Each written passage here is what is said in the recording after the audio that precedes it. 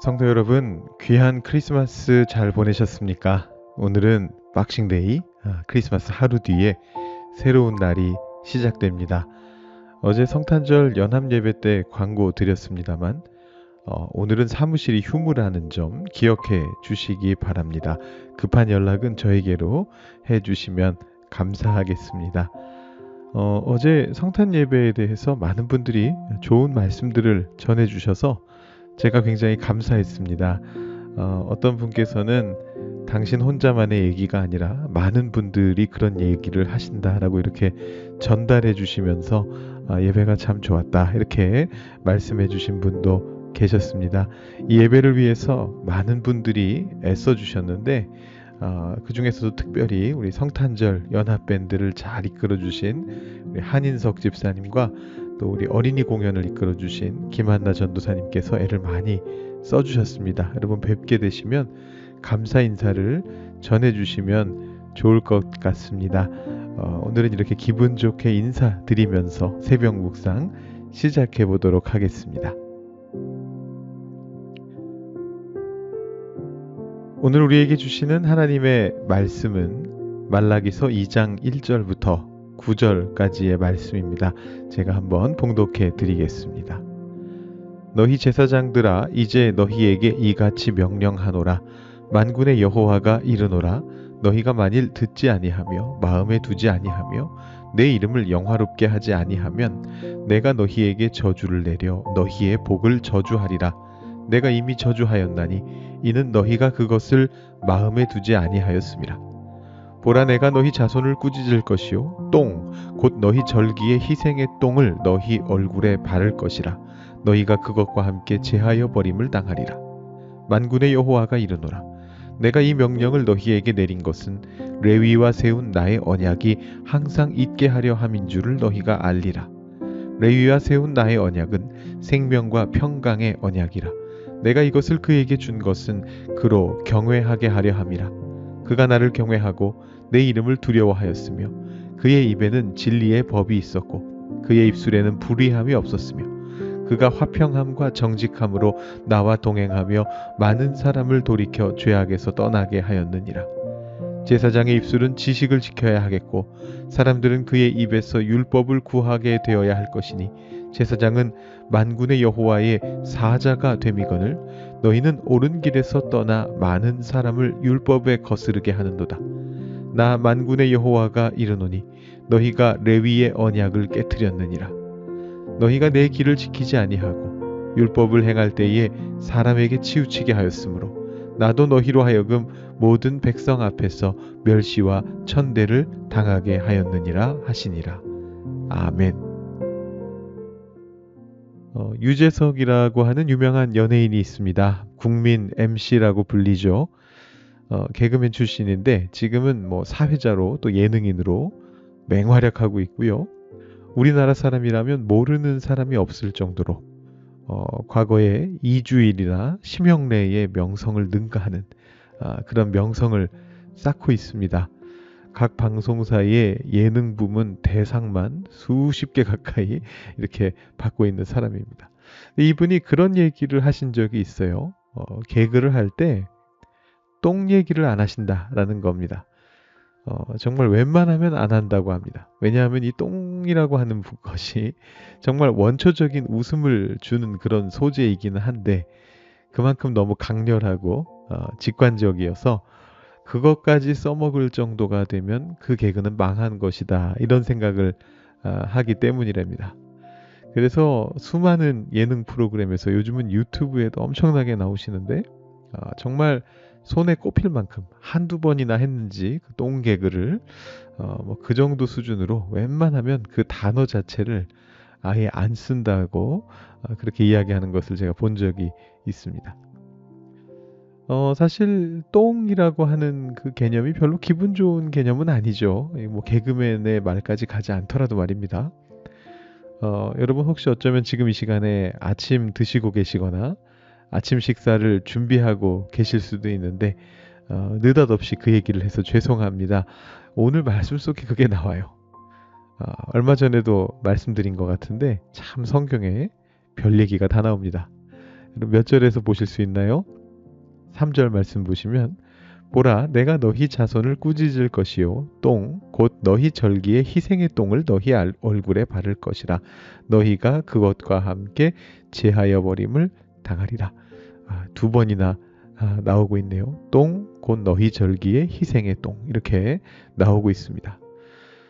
속죄제 희생제물을 각을 뜨게 되면 그 안에 있는 내장과 똥은 머리 다리와 함께 밖으로 내다버린 뒤에 불사르도록 그렇게 되어 있습니다.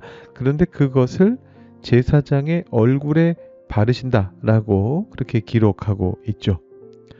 혹시 기분이 나쁘신 분들을 위해서 부연 설명을 해드리자면 이 똥이라고 번역된 단어는 정확히 무슨 뜻인지 알 수는 없는데 이제 학자들의 연구 결과에 따르면 대체로 내장 안에 들어있는 것들의 총칭이다 이렇게 보시면 될 것 같습니다. 그러니까 꼭 똥은 아닐 수도 있습니다. 뭐 마찬가지로 더럽기는 합니다만 뭐 위장에 들어있는 소화되고 있는 음식물들 뭐 이런 것들 아니면 소의 그 반위 속에 들어있는 어떤 뭐 모래들 뭐 이런 것들도 다 포함되는 것이기는 해요. 그렇지만 어쨌든 깨끗한 건 아니죠. 당연히 제의적으로 정결한 것이 아닙니다. 부정한 것입니다. 근데 그것을 얼굴에 바른다. 이게 어떤 의미입니까? 그야말로 가장 부정한 존재로 만드시겠다라는 그런 선언인 것이죠. 우리가 지난 몇 주 동안의 대림절 기간 동안 하나님의 거룩하심에 대해서 우리 주일 설교에서 생각을 했었습니다. 자, 제사장들이란 바로 하나님의 거룩함을 향해서 앞서 나가야 되는 사람들이고 그래서 사실은 누구보다도 정결을 유지해야 되는 그런 사람들이었습니다. 사마리아인 비유에서도 제사장과 레위인들은 일부러 시체일 수도 있는 쓰러져 있는 사람에게 다가가지 않잖아요. 어떻게든 그 거룩함을 지켜야 되거든요. 그런데 그 제사장들이 옳게 행하지 않은 것입니다. 그래서 하나님께서는 그들을 부정한 존재가 되게 하시겠다라고 그렇게 선포하시는 거죠. 정함이 그야말로 정체성인 그런 사람들에게 부정하다라고 말씀하시는 것은 그들의 그 정체성 자체를 부인하시겠다라는 얘기입니다. 그들이 도대체 무슨 짓을 했길래 그들의 정체성 자체를 부인해 버리시는 것일까요? 오늘 말씀 8절과 9절을 보시면 이렇게 나와 있습니다. 너희는 옳은 길에서 떠나 많은 사람을 율법에 거스르게 하는도다. 나 만군의 여호와가 이르노니 너희가 레위의 언약을 깨뜨렸느니라. 너희가 내 길을 지키지 아니하고 율법을 행할 때 사람에게 치우치게 하였으므로 나도 너희로 하여금 모든 백성 앞에서 멸시와 천대를 당하게 하였느니라 하시니라. 자, 레위의 언약을 깨뜨렸고요. 그래서 율법을 잘못 가르쳤다라는 것입니다. 이 레위의 언약이라고 하는 것은 성경에 등장하지 않는 언약입니다. 하지만 많은 학자들은 이 말라기에 나오는 이 내용과 그 유사성을 통해서 신명기 33장 8절부터 11절이 이 말라기가 얘기하고 있는 레위 언약이다라고 그렇게 생각을 합니다. 신명기 33장 8절부터 11절은 모세가 레위를 축복한 내용인데요. 레위가 주의 말씀을 준행하고 주의 언약을 지키며 주의 율법을 가르치고 온전한 번제를 드리게 된다라는 그런 축복입니다. 그런데 이 말라기서가 말하고 있는 레위의 언약도 그와 같습니다. 5절부터 6절, 7절, 8절 말씀 쭉 읽어보시면 같은 얘기입니다. 이 교회의 지도자들은 이 레위의 언약을 지켜야만 합니다. 주의 말씀과 언약을 스스로도 준행하고 그것을 다른 사람들에게 가르치고 또 예배를 통해서 시행할 때에도 성실하게 잘 가르치고 시행을 해야 되는 거예요. 어찌 보면 당연한 것입니다. 그것이 교회 지도자들의 의무죠. 근데 오늘 말씀은 그러한 어떤 말씀 준수의 더 높은 차원까지 우리에게 알려주고 있습니다. 하나님께서 레위의 언약을 이렇게 요약하시거든요. 5절 말씀 보시면 레위와 세운 나의 언약은 생명과 평강의 언약이라 이렇게 말씀합니다. 이 생명과 평강이라고 하는 것, 이 두 가지는 하나님의 율법이 어떤 방향성을 가지고 있는지를 우리에게 알려주는 겁니다. 생명을 살리는 방향성이고 관계 속에 평강을 가져다주는 방향성입니다. 이 하나님의 방향성, 율법의 방향성을 눈치채지 못한다면 언약을 지킨다는 행위들도 의미를 잃게 됩니다. 바리새인들이 율법 지키는 게 그랬잖아요. 다른 사람의 생명을 살리고 관계의 평강을 가져오고 그것을 하지 않았습니다. 그래서 예수님이 뭐라고 하셨습니까? 이 안식일에 구덩이에 빠진 양도 구할 텐데 사탄의 지배를 받고 있는 이 병자를 살리는 것이 어찌 더 중요한 일이 아니겠느냐, 이렇게 말씀하시잖아요. 이게 하나님 율법의 방향성이거든요. 살려야 되는 거예요. 죽이는 게 아니라 살리는 거예요. 평강을 가져오는 그런 율법의 방향성이어야 됩니다. 그런데 오늘 말씀은 뭐라고 얘기하느냐 하면 제사장들이 율법을 행하지 않는다고 말하지 않고요. 9절 말씀에 율법을 행하지만 치우치게 행한다라고 그렇게 말합니다. 다른 사람에게 치우치게 만든다라고 얘기합니다. 우리는 하나님의 말씀을 지킬 때 하나님께서 원하시는 방향이 어떤 방향인지를 늘 기억하는 가운데 그 길로 가기 위해서 애쓰면서 그 말씀을 지켜가야만 합니다. 2절에서도 그렇게 말씀하고 있지 않습니까?